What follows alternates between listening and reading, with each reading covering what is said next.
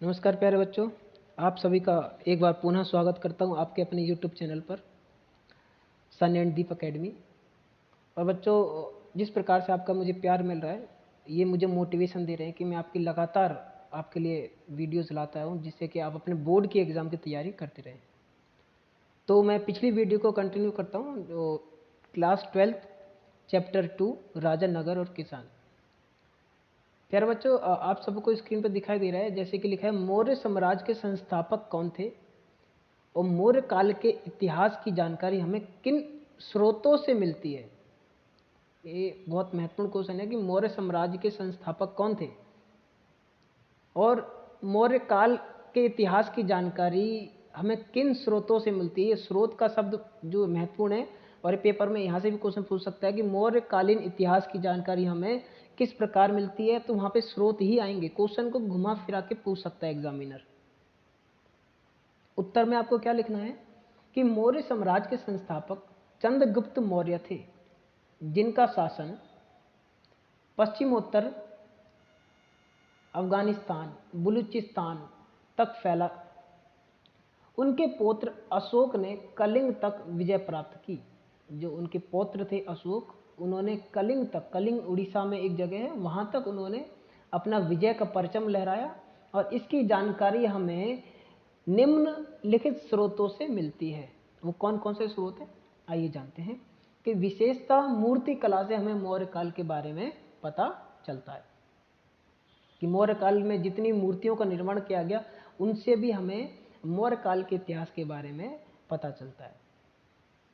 Next, Chandragupta Maurya के दरबार में आए यूनानी राजदूत मेगास्थनीज द्वारा लिखित या लिखा गया विवरण इंडिका से हमें मौर्यकालीन इतिहास की जानकारी मिलती है। नेक्स्ट पॉइंट की बात करते हैं कि चाणक्य या कौटिल्य, ध्यान रख लेना, ये वही चाणक्य कौटिल्य जिन्होंने चंद्रगुप्त मौर्य को मगध में उसका राज्य स्थापित, मौर्य साम्राज्य को स्थापित करने में मदद की थी। और इन्होंने अपना एक ग्रंथ लिखा जिसका नाम है अर्थशास्त्र, और इस अर्थशास्त्र से भी हमें मौर्यकालीन इतिहास की जानकारी मिलती है। ठीक है प्यारे बच्चों, आगे कहते हैं कि सम्राट अशोक के अभिलेख से भी हमें जानकारी मिलती है। सम्राट अशोक ने कई सारे अभिलेख लिखवाए, शिलालेखों पर लिखवाए, ठीक है ना, स्तंभ लेखों पर लिखवाए। उसमें उसके द्वारा जो अशोक ने जितने भी धम्म का प्रचार करा, हम आगे चर्चा करेंगे कि अशोक ने अपने धम्म का प्रचार करा और हमें कैसे जानकारी मिलती है इन सब की। तो अशोक ने जितने भी अभिलेख लिखवाए, इन सभी से हमें क्या होता है कि मौर्यकालीन इतिहास की जानकारी मिलती है। नेक्स्ट पॉइंट की बात करते हैं कि मौर्य साम्राज्य के 5 प्रमुख राजनीतिक केंद्र थे। सबसे पहला पाटलिपुत्र, जो राजधानी थी मौर्य साम्राज्य की, और 4 प्रांत अलग से केंद्र थे, जो तक्षशिला, उज्जैनी, स्वर्णगिरी, तौसिल, ये 4 थे। इन सब चीज़ों में जो घटनाएं घटी, इन सब चीज़ों से जहाँ पे मौर्य साम्राज्य की जो अभिलेख या कुछ अवशेष पाए गए हैं, उनसे प्राप्त जानकारी के आधार पर भी हम मौर्य साम्राज्य के इतिहास के बारे में जानते हैं। ठीक है प्यारे बच्चों, ये 5 पॉइंट हैं। बहुत छोटा सा क्वेश्चन है, 3 नंबर का पूछ सकता है आपसे बोर्ड एग्जाम में, नो डाउट। आगे चर्चा करते हैं। ये ध्यान रखना, पेपर के पॉइंट ऑफ व्यू से बहुत महत्वपूर्ण क्वेश्चन है कि अशोक के धम्म से आप क्या समझते हैं। जो अशोक है उसके धम्म से आप क्या समझते हैं। अशोक, आपको कोई भी उत्तर लिखना है सर्वप्रथम आपको यही लिखना पड़ेगा कि अशोक के धम्म से निम्नलिखित विवरण दिया गया है या लिया गया है, लिखित है या अग्रलिखित है, निम्नलिखित है, कुछ भी आप इस प्रकार से लिख सकते हैं ताकि हम आगे अपना पॉइंट से आंसर लिख सकें। कि कलिंग विजय प्राप्त करने के बाद, जब कलिंग का युद्ध हुआ और उस कलिंग से जब युद्ध वो जीत गए, तो अशोक ने युद्ध करना बंद कर दिया। क्यों? क्योंकि कलिंग के युद्ध में भारी रक्तपात हुआ, हजारों की जान गई, और इन सभी रक्तपात को देखकर अशोक का मन कांप गया, विचलित हो उठा, और उसने इसी भय से, इस डर को, रक्तपात को देखते हुए उसने अपना प्रशासन से त्याग कर दिया और बौद्ध धर्म को अपना लिया। ठीक है प्यारे बच्चों, दूसरे पॉइंट की बात करते हैं कि अशोक पहला सम्राट था जिसने संदेश और नियमों को पत्थरों और स्तंभों पर लिखवाया। देखो ये वही स्रोत हैं कि जिनसे हमें मौर्यकालीन इतिहास की जानकारी मिलती है कि अशोक पहला सम्राट था जिसने संदेश और नियमों को पत्थरों और स्तंभों पर लिखवाया। ठीक है ना, पत्थर आप जानते हो चट्टान की बात कर रहे हैं हम, और स्तंभ पिलर की बात करते हैं, पिलर जिसे कहते हैं। ठीक है ना,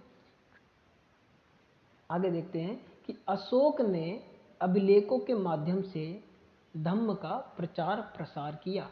अशोक ने अभिलेखों के माध्यम से धम्म का प्रचार प्रसार किया, जिसके नियम निम्नलिखित हैं। ध्यान रख लेना, अशोक ने क्या करा था कि अपने अभिलेखों से, भाई ऐसे तो किसी को पता नहीं चलेगा जब तक आप बताओगे नहीं, तो पता नहीं चलेगा। आप एक तरीके से कह सकते हो ये अशोक क्या कर रहा है, एडवर्टाइजिंग कर रहा है। किसकी एडवर्टाइजिंग कर रहा है? अपने धम्म की, उसका प्रचार कर रहा है। किसके माध्यम से? आप देखते हो कि आजकल तो डिजिटल ज़माना है, लेकिन पहले डिजिटल ज़माना नहीं था। लोग क्या करते थे, न्यूज़पेपर में पैम्पलेट के द्वारा या घरों की दीवारों पर एडवर्टाइजमेंट देते थे।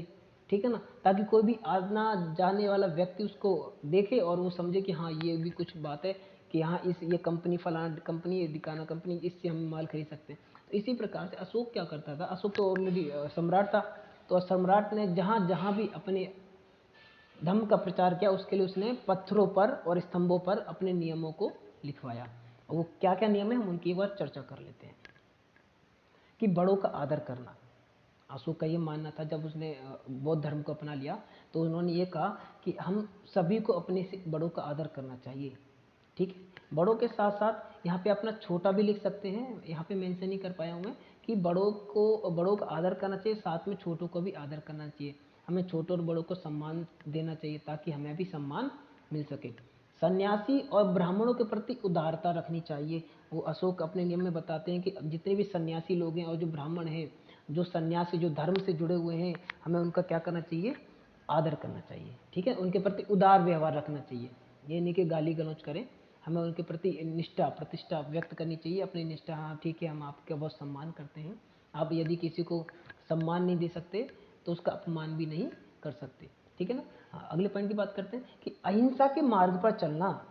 आपको अहिंसा के मार्ग पर चलना है, किसी से हिंसा नहीं करनी हो, चाहे वो जानवर हो, चाहे व्यक्ति हो, चाहे पक्षी हो, चाहे किसी भी प्रकार का जीव हो, यहाँ तक कि पेड़ पौधे से भी हमें बर्बरता पूर्वक सलूक नहीं करना। उन्होंने ये प्रचार दिए कि अहिंसा के मार्ग पर चलना है।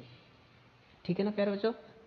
अगले पॉइंट की बात करते हैं कि सभी धर्मों का आदर करना है। उस समय तत्कालीन समाज में जितने भी समकालीन समाज में जितने भी धर्म मौजूद थे, चाहे वो हिंदू धर्म हो, चाहे वो शैव धर्म हो, चाहे वो वैष्णव धर्म हो, कोई भी धर्म हो, जैन धर्म हो, बौद्ध धर्म हो, हमें सबका क्या करना है, सम्मान करना है। सिक्कों और दासों के प्रति उचित व्यवहार करना है। सेवकों, माफ करना, कि सेवकों और दासों के प्रति उचित व्यवहार करना है। जितने भी सेवक हैं, दास हैं, उनके प्रति हमें क्या करना है, उचित व्यवहार करना है। ठीक है ना।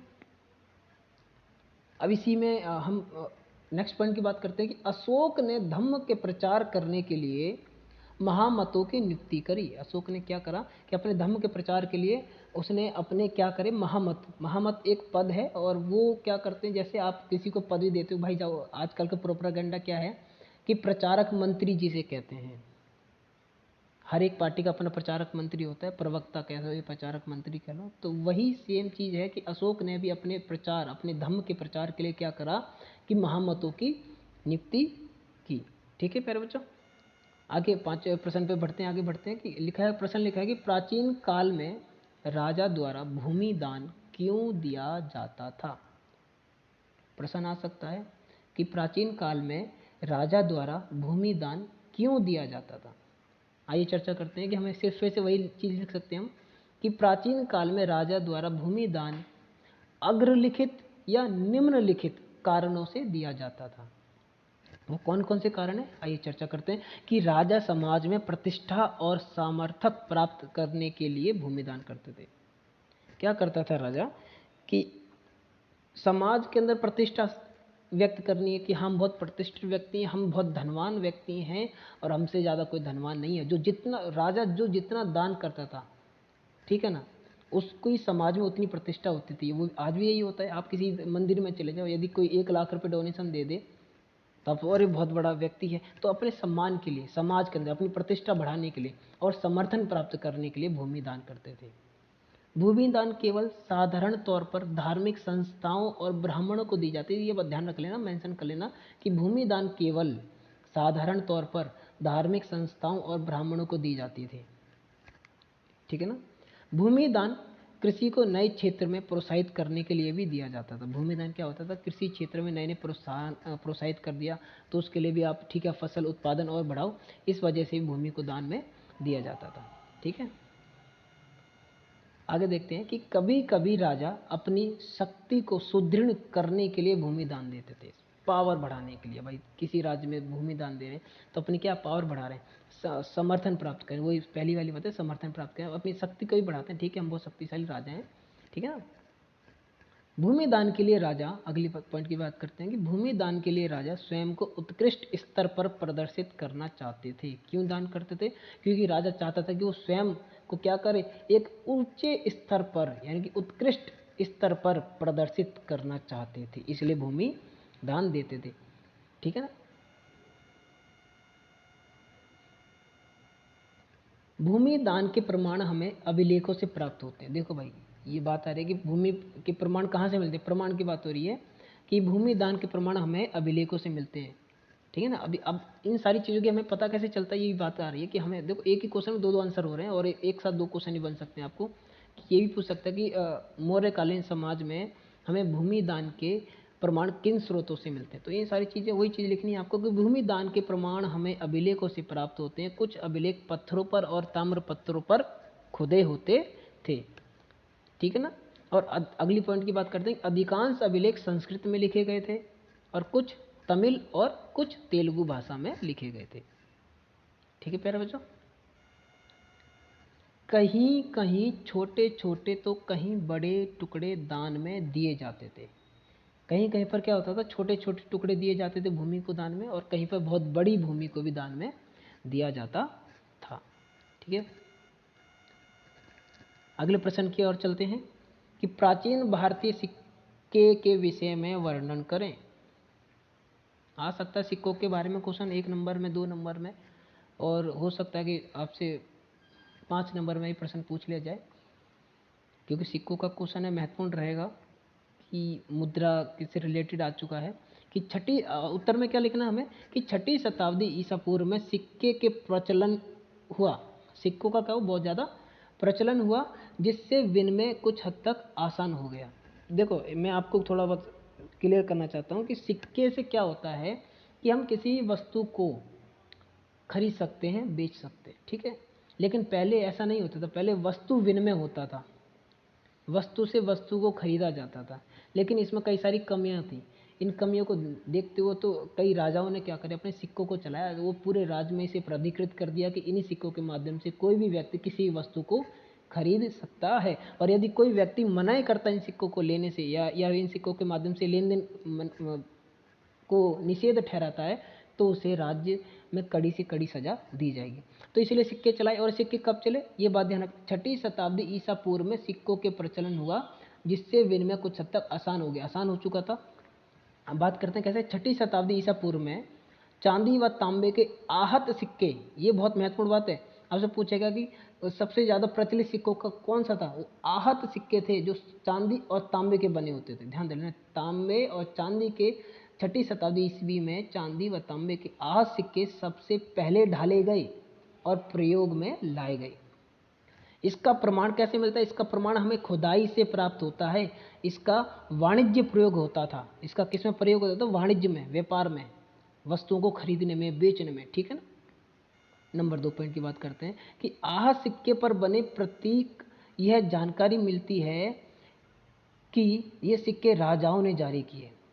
देखो सिक्कों से भी हमें इतिहास की जानकारी मिलती है, ये बात बहुत इंपॉर्टेंट है कि हर सिक्के भी हमें इतिहास को जानने में मदद करते हैं। कि आह सिक्के पर बने प्रतीक से यह जानकारी मिलती है, क्या जानकारी मिलती है, कि सिक्के राजाओं ने जारी किए और कुछ सिक्के व्यापारियों, धनपतियों और नागरिकों ने भी जारी किए। नाम, प्रतिमा के साथ हिंदू यूनानी शासकों ने सिक्के सबसे पहले शुरू करे? ठीक है प्यारे बच्चों, कि नाम और प्रतिमा, अब देखो पूछ लेगा कि नाम और प्रतिमा के साथ किसने अपने पहले सिक्के शुरू करे, तो नाम अगर हिंदू यूनानी शासकों ने, किसने?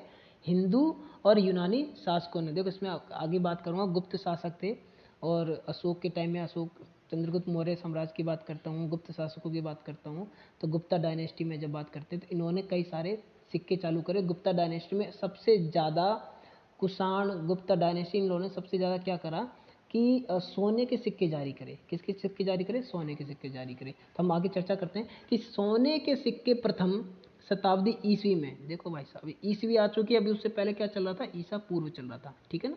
अब ईस्वी आ चुकी है कि सोने के सिक्के प्रथम शताब्दी ईस्वी में कुषाण शासकों ने जारी किए। उत्तर और मध्य भारत के कई पुराने स्थलों पर ऐसे सिक्के मिले हैं और माना जाता है कि इन सिक्कों का प्रयोग बहुमूल्य और भारी मात्रा में वस्तुओं का विनिमय किया जाता था। ठीक है ना, इन सिक्कों का प्रयोग बहुमूल्य और भारी मात्रा में वस्तुओं का विनिमय के लिए किया जाता था। ठीक है प्यारे बच्चों, अगले पॉइंट की तरफ बढ़ते हैं कि पंजाब और हरियाणा के कबायली योद्धाओं शासकों ने तांबे के सिक्के जारी करे। ठीक है ना, कि हाँ, पंजाब और हरियाणा के कबायली योद्धे शासकों ने तांबे के सिक्के जारी करे। सोने के सिक्के कुषाण शासकों ने,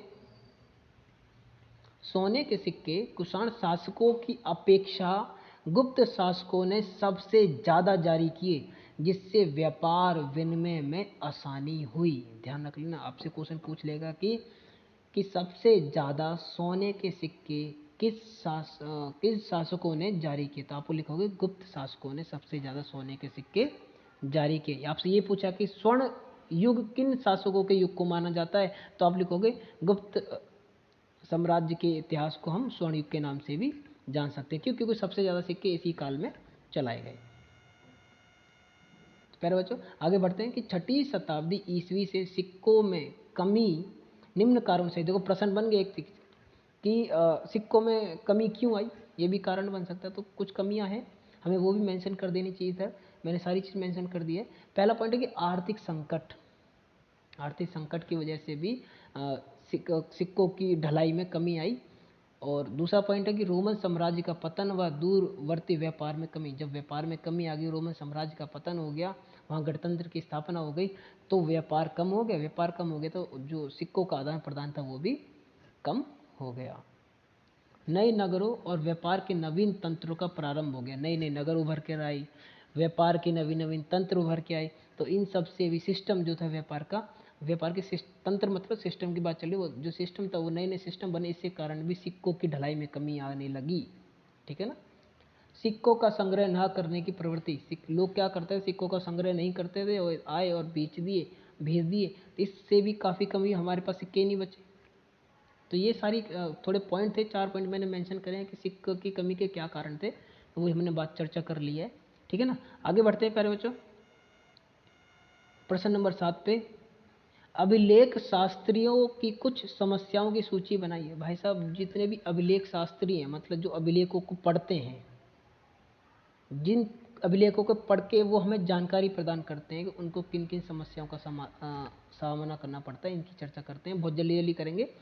ये बस अंतिम चरण में चल रहे हैं हम, कि अभिलेखों पर अक्षरों का हल्के ढंग से उत्कीर्ण होना, जिनको पढ़ना मुश्किल था, और इन्हीं अक्षरों को हम यदि हम जानते हैं, पढ़ते हैं, तो यहीं से हमें प्राचीन काल की जानकारी के बारे में पता चलता है। और यही मुश्किल क्या है कि अभिलेखों पर जो अक्षर थे वो हल्के ढंग से उत्कीर्ण होते थे, जिनको पढ़ना बहुत मुश्किल होता था।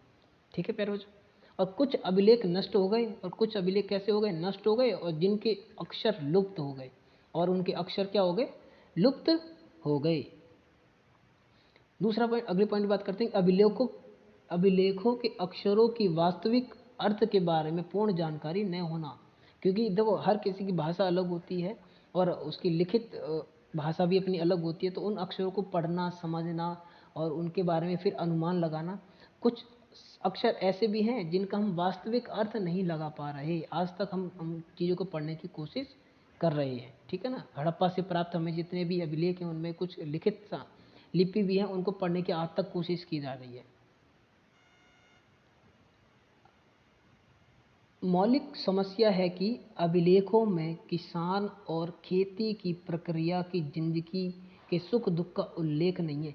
ये बहुत महत्वपूर्ण बात है प्यारे बच्चों, ध्यान देना कि जितने भी सिक्के मिले, जितने भी अभिलेख मिले आपको, उन पर सिर्फ राजा से रिलेटेड, जो प्रशासन से रिलेटेड है, उन सब की ही जानकारी मिलेगी। लेकिन आम जिंदगी में आम लोगों के साथ क्या घटना घटित हो रही है, वो किस प्रकार से जीवन जी रहे हैं, क्या वो सुखी हैं या वो दुखी हैं, हमें उनकी जानकारी नहीं मिलती। हमें ये पता चलता है कि हाँ, उस शासनकाल में किसानों पर इतना कर बढ़ा दिया गया, इतना कर ज़मीन पर देना पड़ता था, इतना कर खेती पर देना पड़ता है आपको, और इतना कर मतलब व्यापार पर देना पड़ता, तरह तरह के करों की चर्चा की गई, लेकिन उनकी ज़िंदगी के बारे में चर्चा नहीं की गई जिस प्रकार से राजाओं की वास्तविक चर्चा की गई है। ओके, आगे बढ़ते हैं प्यारे बच्चों। आखिरी क्वेश्चन है, लास्ट क्वेश्चन है कि साम्राज्य के संचालन के लिए भूमि और नदियां दोनों भागों से आवागमन बना रहना अत्यंत आवश्यक क्यों था।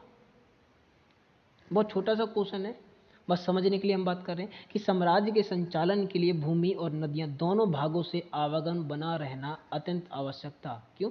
क्योंकि राजधानी से प्रांतों तक जाने के लिए कई सप्ताह और महीने लग जाते थे। यात्रियों के लिए खान पान की व्यवस्था और उनकी सुरक्षा का भी कार्य करना पड़ता था। सैनिक गतिविधियों के संचालन के लिए 6 उप समितियां थीं।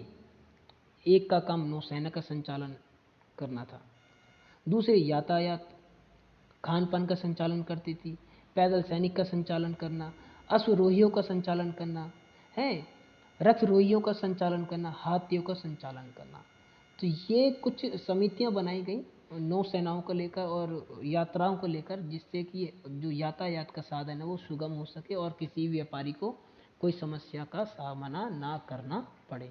तो प्यारे बच्चों, आशा करता हूँ कि आपको मेरी ये वीडियो अच्छी लगी होगी, और यदि आपको अच्छी लगे तो प्लीज़ मेरे चैनल को सब्सक्राइब करें, शेयर करें, लाइक करें, और आपके जो भी मित्र हैं जिनको इस वीडियो के माध्यम से लाभ मिल सकता है तो उन्हें भी उस वीडियो को ज़रूर शेयर करें। धन्यवाद।